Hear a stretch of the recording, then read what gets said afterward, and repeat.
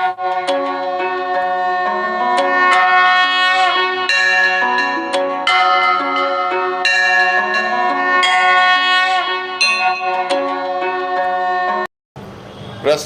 कार्यक्रम में आप सभी लोगों का हार्दिक स्वागत है। आज एरोक्स मॉनेस्टर यूट्यूब चैनल के संचालक महोदय का प्रश्न है। इन्होंने प्रश्न किया है कि राम राम गुरुजी राम जी और हनुमान जी के बारे में बताओ। हनुमान जी परम ब्रह्म परमेश्वर, जिनका न आदि है न अंत है, जिनको वाणी से परिचित नहीं किया जा सकता, जो ईश्वर के भी ईश्वर हैं, परमेश्वर श्री राम जी के भक्त हैं कि विष्णु अवतार, क्योंकि आज के समय में सब हनुमान जी को विष्णु अवतार श्री राम का भक्त कहते हैं। इस विषय में वीडियो बनाओ गुरुजी। आपको राम राम। तो मित्र, आपका प्रश्न अति उत्तम है। जिन लोगों ने श्री रामचरितमानस पढ़ी है, बाल कांड में आप पढ़िए, जहाँ पर श्री राम जी के अवतार लेने के कारणों का उल्लेख किया गया है। उसमें कई बार ये बताया गया है। एक साथ 5-7 कथाएं भी चल रही हैं। तुलसीदास जी ने सबका रस एक साथ निचोड़ा है सभी रामायणों का, और इसीलिए उन्होंने रामायण शब्द ना दे करके अपनी काव्य रचना का नाम श्री रामचरितमानस रखा है। रामचरितमानस सभी रामायणों का एक निचोड़ है।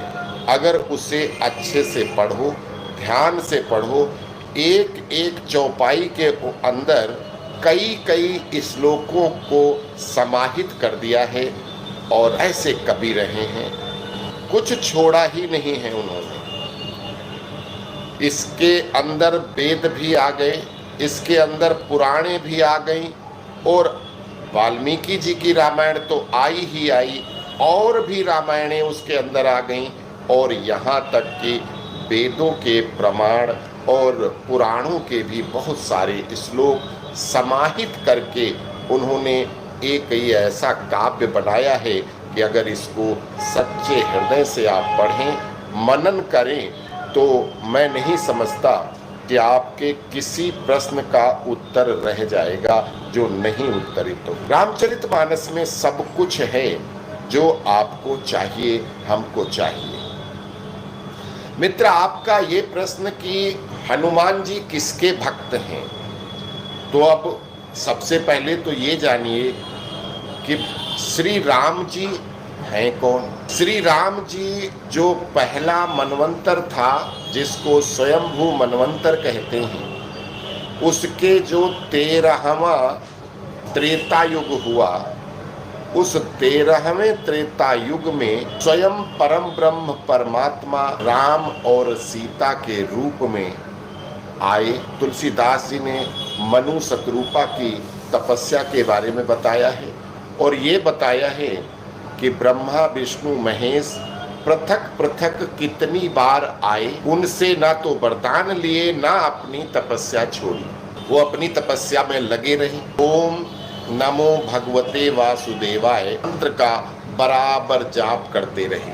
हजारों साल बीत गए, लेकिन महाराज मनु और शतरूपा अपनी तपस्या से अडिग नहीं हुए, और वो जो सबसे पूरे विश्व में सबसे बड़ी तपस्थली है नैमिषारण्य में, वो दोनों एक पैर पर खड़े अपने पूरे प्राण, अपनी आत्मा ब्रह्मांड में अपने सिर में चढ़ा रखी और हवा तक छोड़ रखा।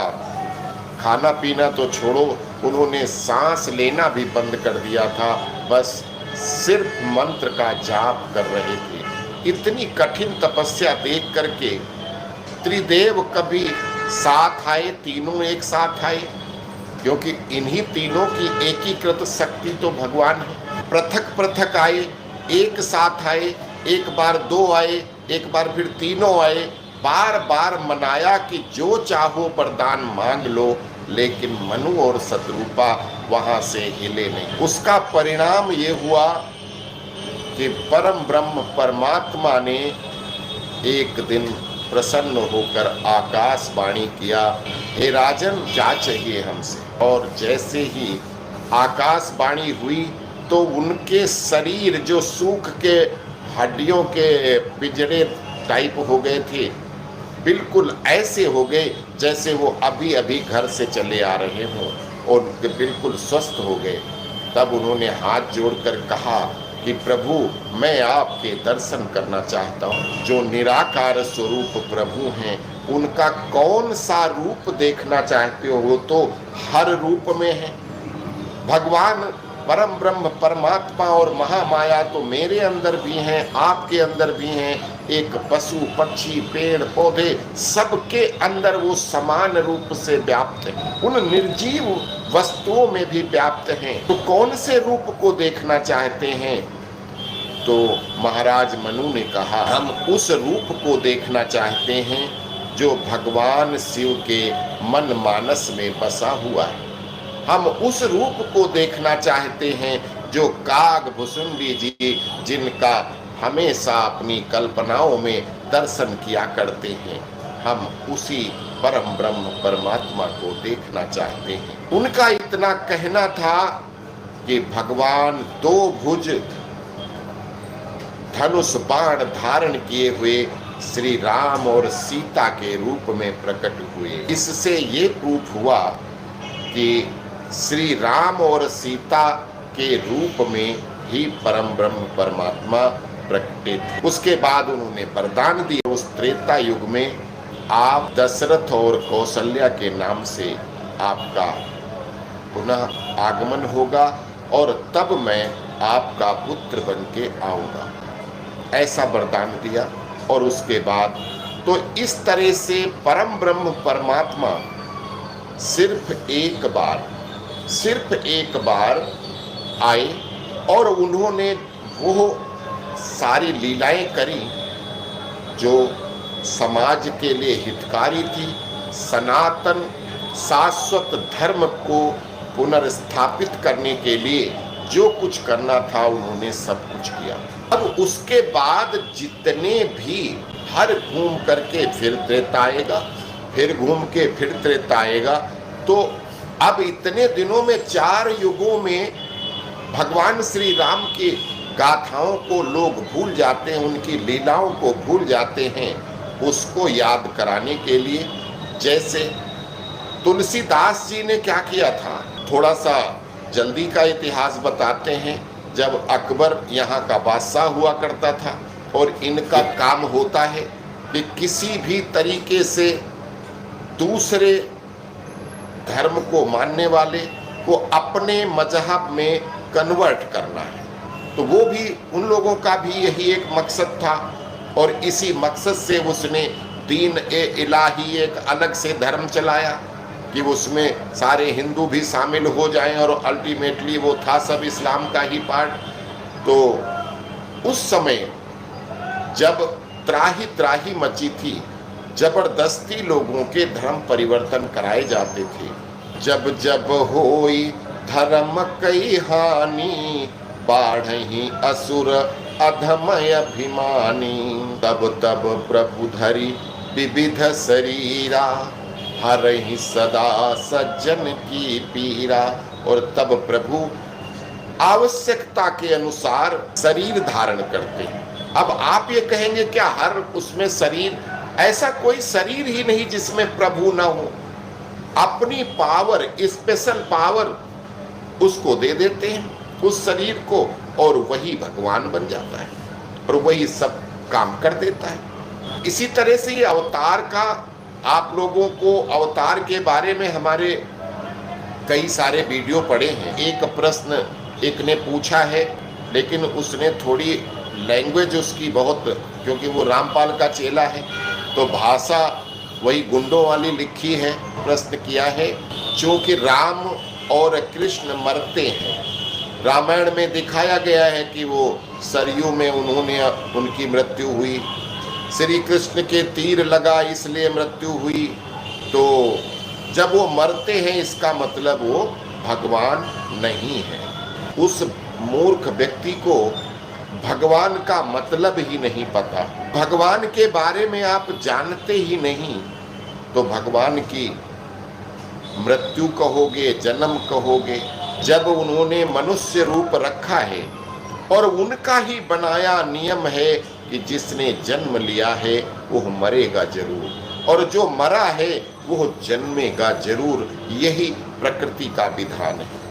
तो उन्होंने अपने ऊपर भी लागू किया है कि हमने हमारे जिस काम से हम आए थे, जिन राक्षसों आतताइयों को मारने के लिए हमने ये शरीर रखा था, वो काम पूरा हुआ और फिर उन्होंने उस शरीर को छोड़ दिया। शरीर छोड़ने का मतलब क्या वो चले गए? ना हम जाते हैं, ना आप जाते हो, ना वो जाते हैं, क्योंकि आत्मा हो या परमात्मा ये अजर अमर है। नैनम छिद्दन्ति शस्त्राणि नैनम दहति पावकः नाचेनम क्लेदयन्तापो ना शोषयति मारुतः। कौन मार सकता है? ये तो आत्मा जो हमारे अंदर है, आपके अंदर है, एक चींटी में भी है और एक हाथी में भी है, वो आत्मा अजर अमर है। परमात्मा का ही तो रूप है वो छोटे रूप में है और परमात्मा बहुत बृहत रूप में है। लेकिन उसी का पार्ट आप ये मान के चलो कि एक बहुत बड़ी अग्निकुंड सूर्य है और सूर्य की एक निकली हुई किरण है। आत्मा किरण के समान है और सूर्य सूर्य है। किरण नष्ट होती है? कभी नहीं होती। वो आएगी, यहाँ प्रकाश फैलाएगी और फिर सूर्य में ही चली जाती है। उसी तरह से आत्मा आती है, यहाँ जन्म होते हैं और अपने कर्म करके फिर वो वापस अपनी जगह चली जाती है और उसको फिर जन्म लेना पड़ता है। तो इस तरह से आत्मा परमात्मा का ये गेम चलता है। जब भगवान श्री राम ने इस शरीर को छोड़ा और फिर अपना परम तत्व में विलीन हुए, मनवंतर के 13वें त्रेता की बात कर रहे हैं, उनकी जो लीलाएं थी, शिव जी उन्हीं लीलाओं का गुणगान करते हैं। शिव जी उन्हीं राम के भक्त हैं और वो परम ब्रह्म राम हैं।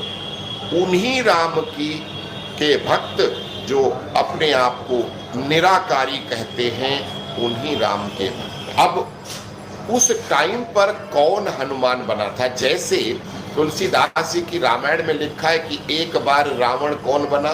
शिव जी के 2 गण बने। उस समय विष्णु जी को श्राप दिया नारद जी ने और विष्णु जी राम जी बनकर के आए। उसके बाद एक बार जालंधर बना अवतार, जालंधर को मिला, तो उसको मारने के लिए भगवान शिव राम बन के आए, पार्वती माता सीता बन के आए। एक बार प्रताप भानु रावण बना। खलनायक भी बनाने के लिए जो खलनायक बनते हैं, तो खलनायक भी कोई साधारण नहीं होता, वो भी बहुत बड़े भक्त होते हैं जिनको भगवान के हाथों से मरने का सौभाग्य मिलता है और मरने के बाद वो डर जाते हैं। एक बार ये भी कहानी आती है कि जय और विजय नाम के जो उनके पार्षद हैं भगवान विष्णु के, वो 3 जन्म के लिए हुए, वो रावण कुंभकर्ण बन के आए। एक बार मधु कैटभ बन के आए। मतलब बहुत सारी कहानियां हैं। मधु कैटभ आए तो उनको मारने के लिए महाविष्णु और महालक्ष्मी राम और सीता बन के आए। आप इसको इस तरह से समझिए, तो जब मुसलमानों के द्वारा बहुत ज़्यादा अत्याचार किया जा रहा था, तो परमात्मा ने क्या किया था, उस समय एक साथ बहुत सारे ऋषियों को इस कलयुग में जन्म दिया। उनमें सूरदास, तुलसीदास जी तो थे ही, मीराबाई, रविदास जी, उसी जमाने में रविदास जी थे जिनको मीराबाई अपना गुरु मानती थी। उसी जमाने में कबीर दास भी हुए, नरोत्तम दास हुए, रहीम भी हुए, रसखान भी हुए। ऐसे बहुत सारे कवि यहाँ पर प्रकट हुए। किसी ने कृष्ण जी को पकड़ा, किसी ने राम जी को पकड़ा और उनकी कविताएं, उनके भक्ति के गीत, उनके दोहा और ये सब लिख करके फिर से सनातन के प्रति लोगों का लगाव पैदा कर दिया। लोगों ने तो सोच लिया था कि अब तो सनातन खत्म, लेकिन तुलसीदास जी ने क्या किया?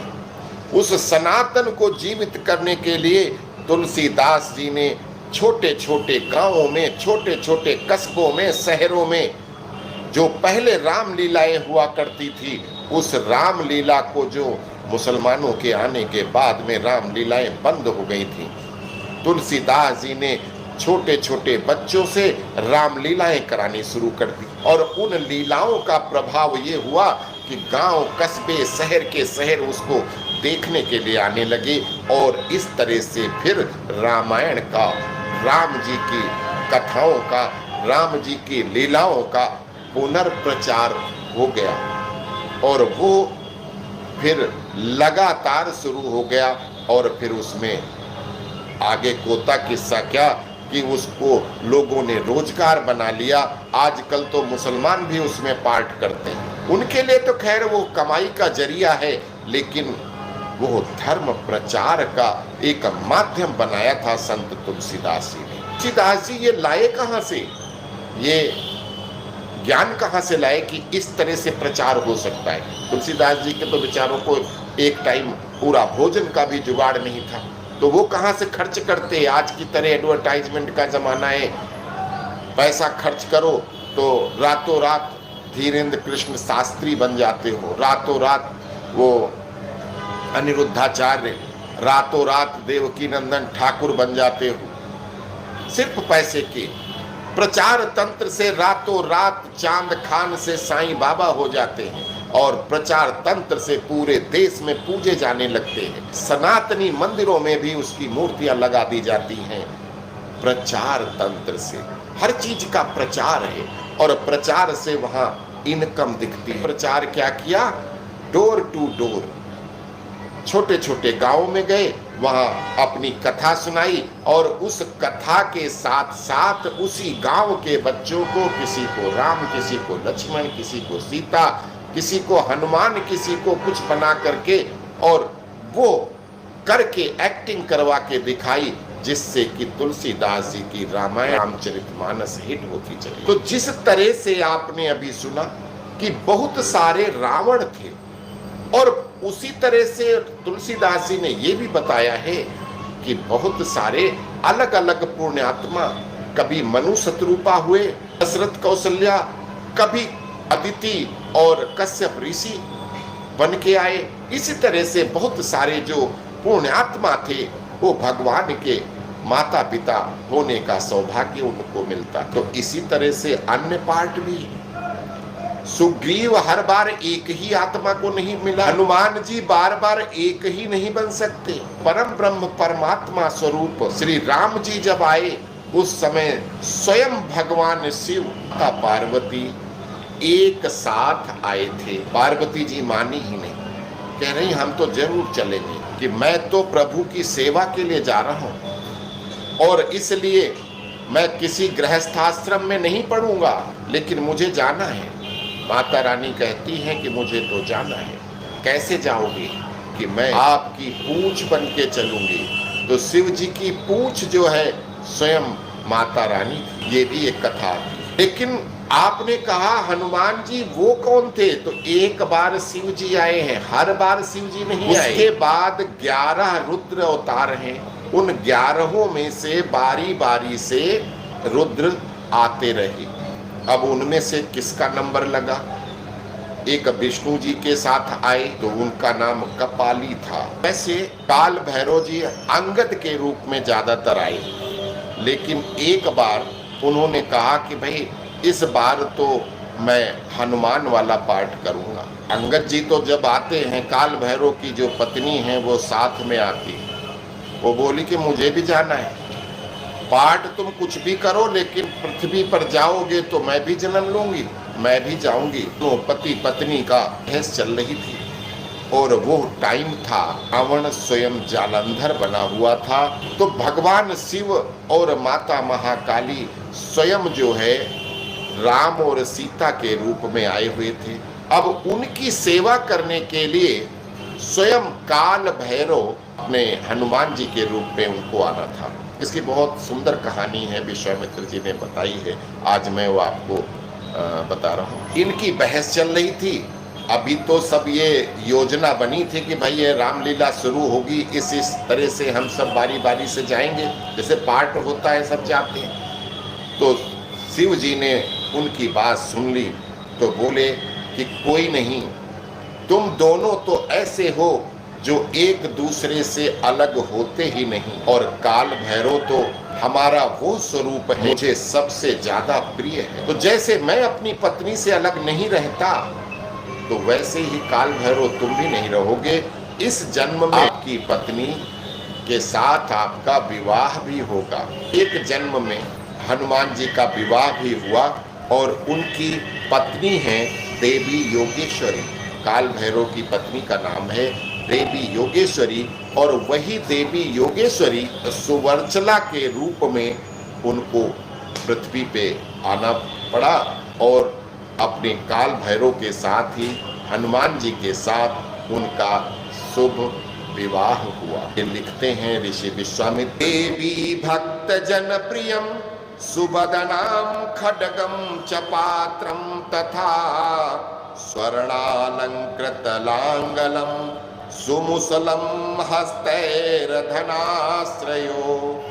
विद्युत कोटिर बिंदु कंति धवलम दंत सुरो नमुलेनम ब्रह्मोद्याय विवदन्ति चा वरदाम योगेश्वरी संभजे। भक्तजनों द्वारा अत्यंत पूजित देवी अपने हाथों में जो खड्ग और पात्र एक कटोरा धारण करती हैं। स्वर्ण आभूषणों से सुसज्जित देवी अपने हाथों में लंगल, हल और मूसल धारण करती हैं। वे करोड़ों सूर्य और चंद्रमाओं के समान तेजस्विनी हैं तथा जिन्होंने दंतासुर नामक राक्षस को पराजित किया है। हम उन देवी योगेश्वरी को नमन करते हैं जिनकी पूजा ब्रह्मा आदि सभी देवता करते हैं। वो योगेश्वरी देवी स्वयं काल भैरव की पत्नी है और वो दोनों कभी एक दूसरे से अलग नहीं होते। इसलिए हनुमान जी के रूप रखने, उनका जब हनुमान के रूप में जन्म हुआ तो उन्होंने सुवर्चला का रूप लिया और इस तरह से हनुमान और सुवर्चला का विवाह हुआ था। हालांकि देवी भैरवी और देवी त्रिपुर भैरवी के साथ भ्रमित नहीं होना चाहिए। बहुत से लोग कह देते हैं कि भैरवी भैरव की पत्नी भैरवी नहीं, जैसे कह देते ब्रह्मा की ब्रह्माणी नहीं, विष्णु की वैष्णवी, वो उनके अंदर की शक्ति है। जब माता रानी अपनी शक्ति को बाहर निकालती हैं तो वो स्त्री रूप में ही वो शक्ति बाहर आती है, क्योंकि हम सबके शरीर के अंदर जो शक्ति है, जो हमारे अंदर ताकत है, वो ताकत किसी पुरुष की नहीं है, वो ताकत स्त्री की ही है, माता रानी की ही है। चाहे वो पुरुष है या स्त्री है, सबके अंदर सिर्फ माता रानी की शक्ति होती है। इसीलिए भगवती का नाम शक्ति कहा गया है। किसी पुरुष को नहीं शक्ति कहा जाता है, सिर्फ शक्ति माता रानी की ही है। वो 1 मिनट में शक्ति बाहर निकाल लें तो कोई ना देवता है, ना कोई दानव है, ना कोई मानव है, किसी के अंदर नहीं है। सारी शक्ति अपने आप को समेट सकती हैं, वो हैं परमेश्वरी महामाया देवी। इस तरह से हनुमान जी भी अलग अलग समय पर अलग अलग लोग हुए हैं। अब आप कहो कि जो अभी ये लोग कर रहे हैं ये सारा का सारा नाटक है, क्योंकि हनुमान जी प्रकट होते हैं जब से, तो वो कलयुग के अंत तक रहते हैं। जब तक प्रलय नहीं होती तब तक वो रहते, वो जिंदा हैं और जिंदा किसी के ऊपर नहीं आ सकते। जो ये आजकल धीरेन्द्र कृष्ण भी केला ओला खाता हुआ नाटक दिखाता है, और बहुत सारे बालाजी बन करके और जिनके ऊपर भूत प्रेत दिखाते हैं, उनको पकड़ के ये करते वो करते, ये सारा नाटक है। हनुमान जी किसी के ऊपर नहीं आ सकते, ये शास्त्रों में वर्णित है। वो कभी किसी के ऊपर उनकी छाया भी पड़ जाए वो जिंदा रह जाएगा, इतनी उनकी ताकत है। उनका नाम ही अतुलित बलधामम हेम शैलाभिदेहम तनुज बन कृशानुम ज्ञानी नाम अग्रण। की शक्ति कौन रोक सकता है? वो साक्षात देवता हैं, अजर अमर हैं, और जब कलयुग का जब ये पृथ्वी सब समाप्त होगी तब वो धरती को छोड़ेंगे। उसके पहले ना तो परशुराम जी जा रहे हैं ना हनुमान जी जा रहे हैं। जो 8 बताए गए हैं तो वो सारे 8 के 8 रहेंगे। अब हनुमान जी की आपको बात समझ में आ गई कि हनुमान जी कभी शिव जी हैं, कभी भैरव जी हैं, कभी रुद्र, 11 रुद्र हैं। ज्यादातर 11वें रुद्र ही हनुमान जी के रूप में आते हैं, और वो विष्णु भगवान के परम भक्त हैं। जब जब विष्णु जी राम बनेंगे तो समझ लीजिए कि 11वें रुद्र जो हैं वही हनुमान बनेंगे। एक बार माता काली भी राम का अवतार ले चुकी है। ये कई बार उल्टा सीधा कर लेते हैं भगवान शिव और माता पार्वती। तो एक बार वो सीता का रूप बना लिए भगवान शिव ने, तो वो माता काली राम के रूप में आ गई। तो ये भी कथा मिलती है। तो जब और कोई आता है तब 11वें रुद्र नहीं आते, तब तो उनके साथ या तो काल भैरव होंगे या कोई दूसरा रुद्र अवतार होगा, लेकिन ज्यादातर हनुमान का रूप रुद्र अवतार ही रखते हैं।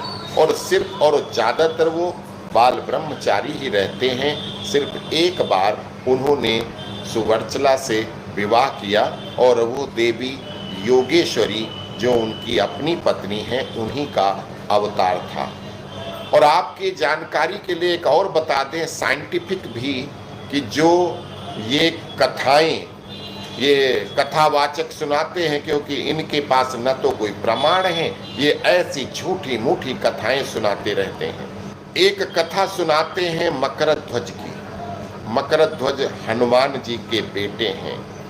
अब आप इनकी कथा को जब ये कोई बताता है उसी टाइम आप थोड़ा अपना कॉमन सेंस लगाओ और प्रश्न कर दो, जवाब ये कोई नहीं दे पाएंगे। मैं इनकी सारी बातों को यहाँ पर प्रूफ करते हुए बताता हूँ। जब हनुमान जी ने लंका जलाया और जाकर के वो वहां पहुंच गए, रावण ने क्या कहा था कि मास दिवस महु कहा न माना, तो मैं मारी बिकाढ़ी कृपाणा। सीता जी से क्या कहा था कि 1 महीने का टाइम है, अगर 1 महीने के टाइम में तुमने हमारी बात नहीं मानी तो मैं इस तलवार से तुम्हारे टुकड़े करके फेंक दूंगा। ये हनुमान जी ने भी सुना था वहीं पे जब उसने ये बात बोली थी। हनुमान जी ने वही चीज वहां बताया, और वो सब वहां से तुरंत चल पड़े। और किष्किंधा इतनी दूर नहीं है, कर्नाटक से तमिलनाडु पहुंचने में कितना टाइम लगा होगा, और वहां वो पहुंच गए। 5 दिन के अंदर पुल बन गया, और फिर लंका में पहुंच गए। और वहां पहुंच करके थोड़े दिन दूत भेजना ये वो चला, और युद्ध शुरू हो गए। और युद्ध के बाद खत्म हो गया मामला। जब लंका जलाया और जलाते के साथ वो उनका कहना है कि समुद्र में कूदे, तो उनका पसीना छूटा और एक मछली ने पसीना निगल लिया, और पसीने से वो प्रेग्नेंट हो गई, और उसके एक पुत्र पैदा हो गया। और वो पुत्र पैदा होते देर नहीं लगी, और वो यहाँ से, जिसको आप लोग पातालपुरी कहते हो, धरती के उस पार वो पातालपुरी और कोई नहीं, आज का यूएसए है। और वो नगर भी मिला है, इसके भी प्रमाण हैं, जहाँ पर बंदर की पूजा वहाँ की जाती है। वो यूनाइटेड स्टेट में जाकर के पातालपुरी में और उनका द्वारपाल भी बन गया अहिरावण महिरावण का। ये पॉसिबिलिटी है कि महीना भी नहीं हुआ और वो वहां पर द्वारपाल हो गया, और ऐसा द्वारपाल हो गया कि हनुमान जी के छक्के छुड़ा दिए। हनुमान जी से इतने दिन युद्ध चला, वो कई दिन युद्ध चला। ऐसा हो सकता था? नहीं हो सकता। अब इसकी कहानी क्या है कि जब हनुमान जी ने एक बार विवाह किया, जो मैंने बताया, वो जस्ट इसके पहले वाला अवतार उनका था। ये जो 28वें में त्रेता में ये विष्णु अवतार था, उसके पहले शिव अवतार था।